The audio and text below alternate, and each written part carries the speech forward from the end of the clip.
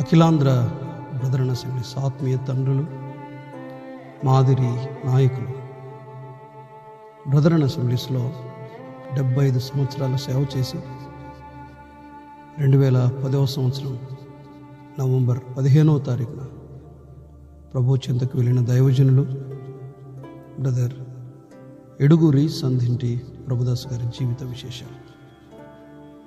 ప్రియులారా, 19వ శతాబ్దంలో కడప జిల్లా పులివెందుల తాలూకా సింహాద్రిపురం మండలంలోని బలపనూరుకు చెందిన వైఎస్ వెంకటరెడ్డి గారు పేరు పొందిన ధనవంతుడు మాత్రమే కాదు కానీ వృత్తిరీత్యా పెద్ద రైతు. ఈయనకు బాల్యం నుండే క్రమశిక్షణతో పాటు సంస్కారాలు అలవడ్డాయి. ఎదుటి వ్యక్తి మాట్లాడటానికి కానీ ప్రశ్నించటానికి కానీ అవకాశం ఇవ్వని గొప్ప జీవితము కలిగిన మనిషి. హిందూ ధర్మ సాంప్రదాయం ప్రకారం జీవిస్తున్న వీరికి అద్భుతమైన రీతిలో సువార్త ద్వారా ఆధ్యాత్మిక వెలుగు కలిగింది. ప్రభువును నమ్ముకున్న వీరిలో స్పష్టమైన మార్పు కలిగింది. తుపాకీ పట్టి పార్టీకి నాయకత్వం వహిస్తున్న వెంకటరెడ్డి గారి చేతిలోకి దైవ గ్రంథమైన బైబిల్ వచ్చింది. హృదయంలో మార్పు గమనించిన స్థానికులు ఆయనకు చాలా వ్యతిరేకంగా మాట్లాడారు. ప్రభువును నమ్ముకున్న నీవు మా ఊరిలో ఉండవద్దని వెలివేశారు. ఆ తదుపరి లక్షలాది రూపాయలు విలువ చేసే భూములు అమ్ముకొని పులివెందులో చేరారు.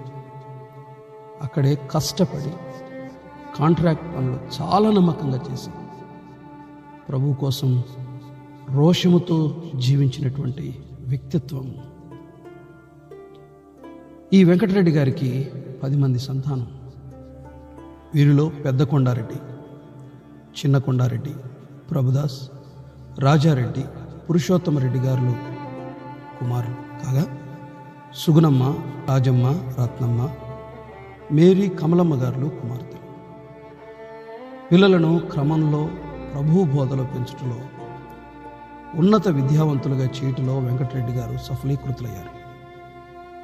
మన ప్రియులు ప్రభుదాస్ గారు 15వ ఏట ప్రభువు నమ్ముకొని 75 సంవత్సరాలు భారతదేశంలో ప్రభు సేవ చేశారు. 1936వ సంవత్సరంలో దాదాపు ఇంకా 16 సంవత్సరాల ప్రాయంలోనే దైవజనులు సైలస్ ఫాక్స్ గారు అగ్రిప్ప గారులతో కలిసి కడప పట్టణంలో సువార్త ప్రకటించగా అప్పుడు పురుడు పోసుకున్న సంఘమే బెరాకా క్రిస్టియన్ అసెంబ్లీ. ఆ తదుపరి కడప చుట్టుపక్కల కడప జిల్లాల్లో కాలినడకన వెళ్ళి స్వార్థ సేవ చేశారు. ఫలితంగా కడప జిల్లాలో చాలా సంఘాలు ఏర్పడ్డాయి. ఆ తదుపరి నాగిరెడ్డి గారు, శామ్యుల్ రెడ్డి గారులతో కలిసి సొంత ప్రాంతం పులివెందుల ఏరియాలో సేవ చేశారు.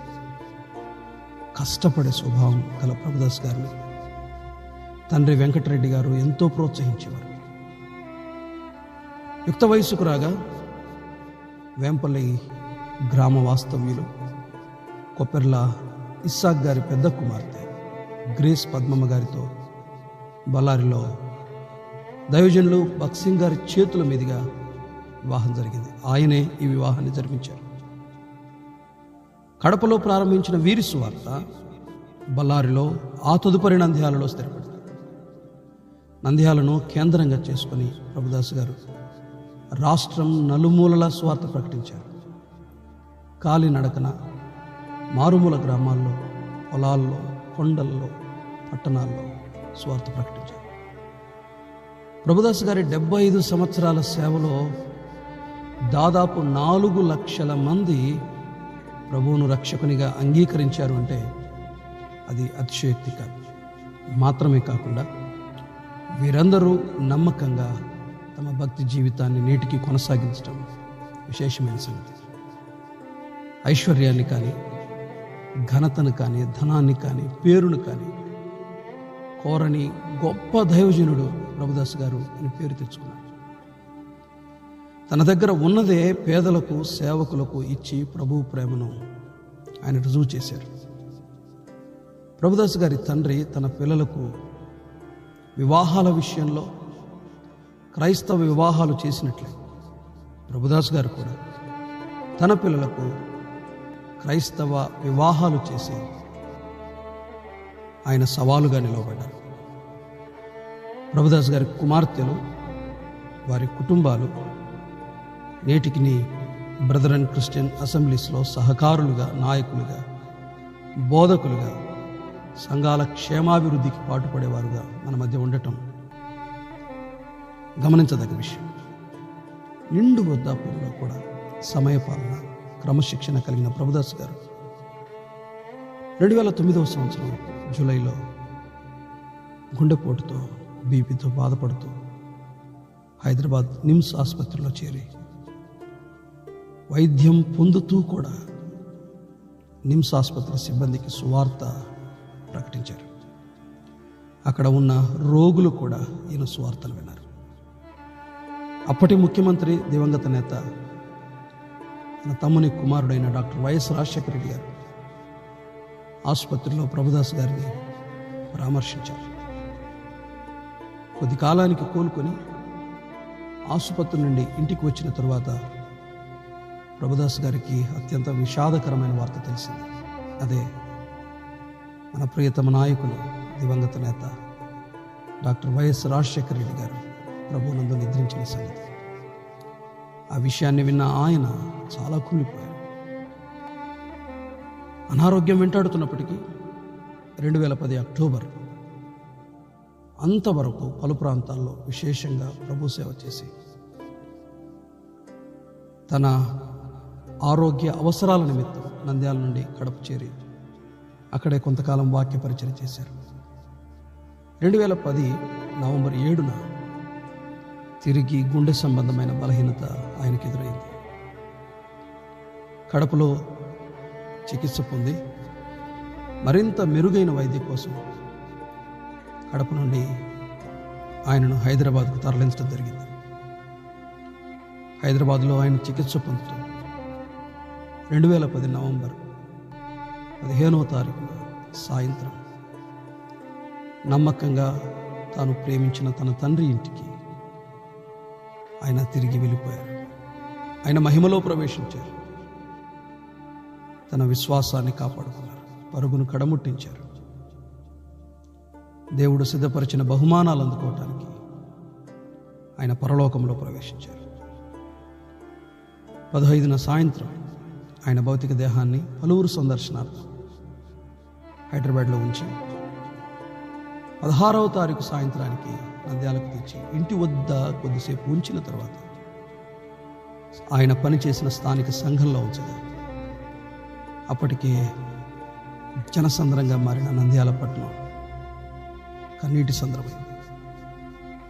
దైవజనులు ప్రభుదాస్ గారి చివరి చూపు కోసం పులివెందుల నుండి కుటుంబ సభ్యులు, బంధుమిత్రులు, దేశ నలుమూలల నుండి సంఘాల సభ్యులు జోరుగా కురుస్తున్న వర్షాన్ని సైతం లెక్క చేయకుండా హాజరై ఆ దైవజనుని పట్ల తమకున్న ప్రేమను వారు వెల్లడిపరిచారు.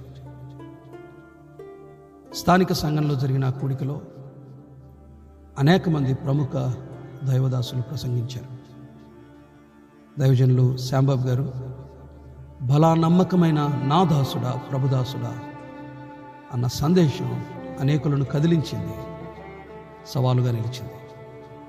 ఆ తదుపరి ప్రభుదాస్ గారి దేహాన్ని నంద్యాల పురవీధుల్లో సువార్త ప్రకటిస్తూ ఆయన ఎంతగానో ప్రేమించిన ఆ సువార్త ప్రకటనను ఆయన మరణ సందర్భంగా కూడా ప్రకటిస్తూ అనేకులకు రక్షణ సువార్తను అందించి సమాధుల తోటకు తీసుకువెళ్ళి అక్కడే ఆయనను సమాధి చేశారు.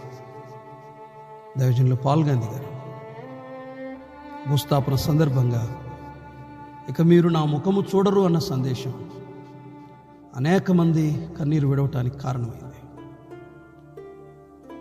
అనేక మంది విలపించారు. ఆయన తన ప్రస్థానాన్ని లోకంలో ముగించి ప్రభు దగ్గరికి వెళ్ళిపోయారు. ప్రియులరా, దైవజనులు ప్రభుదాస్ గారి జీవితం నేటి సంఘాలకు, విశ్వాసులకు, దైవ సేవకులకు, పెద్దలకు సవాలు, ప్రోత్సాహకరం కూడా. ఇలాంటి దైవజనుల జీవితాల, భక్తుల జీవితాల వెలుగులో మన జీవితాన్ని కూడా సరిచేసుకుందాం. ప్రభువును పోలి, ఇలాంటి భక్తులను పోలి నమ్మకంగా ఆయన కొరకు సేవ చేద్దాం.